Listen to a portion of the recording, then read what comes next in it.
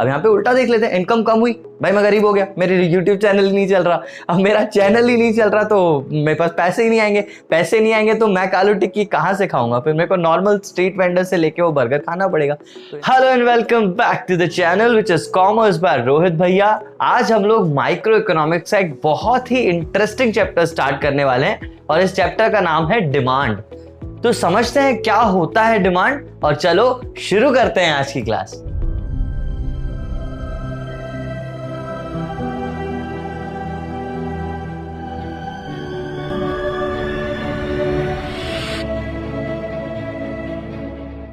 हाँ तो बच्चों, just a quick piece of information, ये सिर्फ एक टॉपिक का वीडियो है। अगर तुम्हें पूरे चैप्टर का वीडियो देखना है तो उसका लिंक भी डिस्क्रिप्शन में दिया हुआ है। एंड फॉर नोट्स एंड उसके पीडीएफ्स आप डाउनलोड कर सकते हो सीआरबी एप्लीकेशन, जिसमें सारे चैप्टर्स के डिटेल्ड नोट्स तुम्हारे लिए डाउनलोड के लिए अवेलेबल हैं। तो जल्दी से डाउनलोड करो एप्लीकेशन और कंटिन्यू करो इस वीडियो को। हाँ तो बच्चों, शुरू करते हैं। डिमांड क्या होता है? तो डिमांड समझने से पहले तुम्हें यह सीखना पड़ेगा कि डिजायर और वांट्स क्या होते हैं। तो सबसे पहले हम देखते हैं डिजायर और वांट्स में डिफरेंस। अब ये समझने से पहले तुम एक चीज समझो कि एक चीज होती है विलिंगनेस। विलिंगनेस का मतलब होता है मेरी इच्छा, कुछ भी खरीदने की इच्छा इज विलिंगनेस।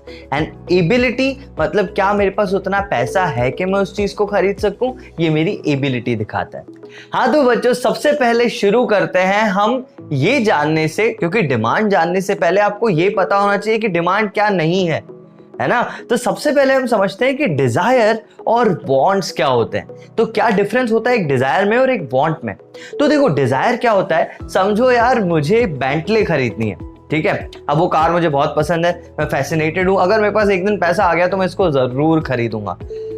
मैं बोल रहा हूं कि मैं इसको खरीदूंगा अगर पैसा आ गया तो समझो अभी मेरे पास पैसा नहीं है ना। ये क्लियर है कि अभी पैसा नहीं है, तो ऐसी चीज मेरे लिए सिर्फ एक डिजायर है, ठीक है। इस चीज को बोलते हैं डिजायर, जो खरीदने की मेरी विलिंगनेस तो है पर मेरी एबिलिटी नहीं है। मतलब मेरी इच्छा तो है पर मेरे पास उतना पैसा नहीं है। अब समझो कभी ऐसा हुआ कि मैं केबीसी में गया, है ना, और मैंने सारे ही सवालों के सही जवाब दे दिए और मुझे मिल गए पूरे 7 करोड़। तो अगर ऐसा कुछ हो गया तो फिर क्या होगा? यहां पे मेरे पास जितनी इस कार की वैल्यू है उतना मेरे पास पैसा भी आ जाएगा। तो यहां मेरे पास विलिंगनेस तो थी ही और एबिलिटी भी आ गई। अब विलिंगनेस और एबिलिटी दोनों आ गई तो ये बन जाएगा मेरा वांट। आई बात समझ? मतलब डिजायर में सिर्फ आपकी विलिंगनेस है और वांट में आपका विलिंगनेस और एबिलिटी दोनों है। अब डिजायर और वांट के बाद अब अपन चलते हैं डिमांड पे। अब देखो, डिमांड अभी भी नहीं आया, हम वांट को डिमांड कब बनने देंगे? कैसे वांट एक डिमांड बनेगा? जब इसमें दो और चीजें आ जाए, ठीक है। जैसे क्या मैं बोल रहा हूं कि मतलब मेरे पास पैसा भी आ गया, मुझे पता है कि मुझे वो कार लेनी है, बेंटले लेनी है, मेरे पास पैसा भी है, बेंटले भी मेरे दिमाग में है कि मुझे वो कार लेनी है। लेकिन दो चीजें और, एक होता है प्राइस ऑफ कमोडिटी और दूसरा होता है पॉइंट ऑफ टाइम। मतलब मैं कब लेने वाला हूं। मैंने तुम्हें बोला कि मैं अगले हफ्ते इस चीज को जाके ले लूंगा, ठीक है, ये आ गया पॉइंट ऑफ टाइम। और दूसरा जो भी इसका करंट मार्केट प्राइस है, मैं उस पे इसको लेने वाला हूं, तो ये आ गया यहाँ पे प्राइस। तो यानी 4 चीजें, विलिंगनेस, एबिलिटी, प्राइस और टाइम, ये चारों चीजें मैंने अगर डिफाइन कर दी तो फिर मैं इस चीज को बोलूंगा डिमांड। तो डिमांड की डेफिनेशन समझ लेते हैं। डेफिनेशन क्या होगी? It is the quantity of a commodity that a consumer is willing and able to purchase at each possible price during a particular point of time, ठीक है। मतलब एक पॉइंट ऑफ टाइम पे मैं उसको किस प्राइस पे परचेज कर सकता हूं, विलिंगनेस भी है, एबिलिटी भी है, इस चीज को मैं बोलूंगा डिमांड। आई बात समझ में? सिंपल था। तो यहां तक हमको ये समझ में आ गया कि डिमांड क्या होती है। अब डिमांड भी 2 टाइप की होती है, एक होती है इंडिविजुअल डिमांड, एक होती है मार्केट डिमांड। अब इंडिविजुअल डिमांड क्या होता है? जैसे मैं अकेला हूं, मैं कंज्यूमर हूं, तो मेरी अकेले की डिमांड इज इंडिविजुअल डिमांड।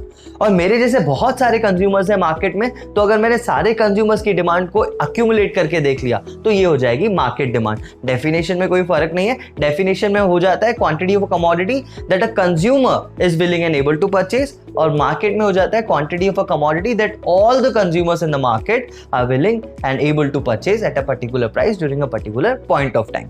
आई बात समझ? इंडिविजुअल और मार्केट सप्लाई तुम्हें, मार्केट डिमांड तुम्हें समझ में आ गया। हाँ तो बच्चे और आगे बढ़ते हैं और हम समझते हैं कि डिमांड शेड्यूल और डिमांड कर्व क्या होता है। तो बहुत सिंपल सी चीज है। डिमांड शेड्यूल इज, आप क्या करोगे, एक टेबुलर रिप्रेजेंटेशन बनाओगे। अब आप टेबुलर ऐसा डिमांड शेड्यूल की डेफिनेशन लिखनी है या डिमांड कर्व की डेफिनेशन लिखनी है ना, तो मैं सिंपल सा तरीका बता देता हूँ। डिमांड की डेफिनेशन आपने याद कर ली, आप डिमांड की डेफिनेशन को ही इसमें पुट ऑन कर दो। जैसे डिमांड शेड्यूल की डेफिनेशन क्या होती है, अ टेबुलर रिप्रेजेंटेशन ऑफ, डिमांड की definition, a tabular representation of quantity of a commodity that a consumer is willing and able to purchase at a particular price during a particular point of time। ठीक है, tabular representation जोड़ के मैंने पूरा का पूरा demand का definition लिख दिया। यहीं पे आप ग्राफिकल रिप्रेजेंटेशन अगर लिख दो तो ये हो जाएगी कर्व की definition, the graphical representation of quantity of a commodity that a consumer is willing and able to purchase at a different price during different point of time, इसको बोलेंगे डिमांड कर्व की डेफिनेशन। आई बात समझ? तो आपको demand की definition याद करनी है बेसिकली, एक है टेबुलर रिप्रेजेंटेशन, एक है ग्राफिकल रिप्रेजेंटेशन। ठीक है, अब यहाँ पे टेबल और कर्व के थ्रू इस चीज को समझते हैं। तो टेबल में क्या लिया है मैंने, एक साइड लिया है प्राइस और एक जगह लिया है आपकी क्वांटिटी डिमांडेड। तो जैसे जैसे प्राइस कम होता गया, 5 4 3 2 1, डिमांड आपकी बढ़ती गई, क्वांटिटीज ऑफ डिमांड आपकी 1 2 3 4 5 हो गई। 5 रुपए था तो एक चीज ले रहे थे, 4 रुपए हुआ अब 2 चीजें ले रहे हो, 3 रुपए हुआ अब 3 चीजें ले रहे हो, 4 रुपए हुआ, प्राइस कम होती जा रही है ना, आप अपना डिमांड बढ़ाते जा रहे हो। फर्स्ट फैक्टर यही यहाँ पे दिख रहा है। ठीक है, ये आपका डिमांड शेड्यूल हो गया। अब यहाँ पे आपने इसी चीज को यहाँ पे प्लॉट कर दिया, आपने क्वांटिटी दिखाई वाई एक्सेस पे, प्राइस दिखाया नीचे एक्स एक्सेस पे, है ना, 1 2 3 4 5, यहाँ पे 1 2 3 4 5 इस साइड। आपने जब कर्व प्लॉट किया तो ये कर्व पे हर एक पॉइंट को प्लॉट करोगे, पॉइंट कौन सी होगी, 5 1 4 2, इन सारे पॉइंट्स को आपने प्लॉट किया। अब देखो एक कर्व निकल के आ गया जो डाउनवर्ड स्लोपिंग कर्व, ऊपर से स्टार्ट हो रहा है नीचे जा रहा है, तो ये कर्व कैसा है, डाउनवर्ड स्लोपिंग। इतनी बात समझ में आई, डेफिनेशन और कर्व समझ में आया। अब यहाँ पे बस एक और चीज समझ लो कि अगर मार्केट डिमांड होती, ये इंडिविजुअल की डिमांड है ना एक बंदे की, अगर मार्केट में बहुत सारे कंज्यूमर्स है, मैं सारे कंज्यूमर्स की डिमांड अगर ऐड कर दूं तो वो मार्केट डिमांड बन जाएगा। ठीक है, कंज्यूमर 1 कंज्यूमर 2 ऐसे अगर बहुत सारे कंज्यूमर्स हो गए तो वो मार्केट डिमांड बन जाएगा। मार्केट डिमांड में जो कर्व बनता है, ये तुम्हारा इंडिविजुअल कर्व देखो कैसा था, डाउनवर्ड स्लोपिंग। अब मार्केट डिमांड के कर्व को ध्यान से देखो तो ये 2 इंडिविजुअल डिमांड के कर्व्स है। मार्केट डिमांड का कर्व थोड़ा फ्लैटर रहेगा क्योंकि उसमें क्वांटिटी ज्यादा दिख रही है, तो वो थोड़ा फ्लैटर रहेगा। कैसा रहेगा, फ्लैटर कर्व होता है मार्केट डिमांड का। ओके, इतनी बात समझ में आ गई। अब अपन आगे बढ़ते हैं और चैप्टर का सबसे important topic law of demand शुरू करते हैं। और जो लॉ ऑफ डिमांड का जो वीडियो है उसका लिंक भी डिस्क्रिप्शन में दिया हुआ है, फिर उस लिंक के थ्रू लॉ ऑफ डिमांड भी देख लो।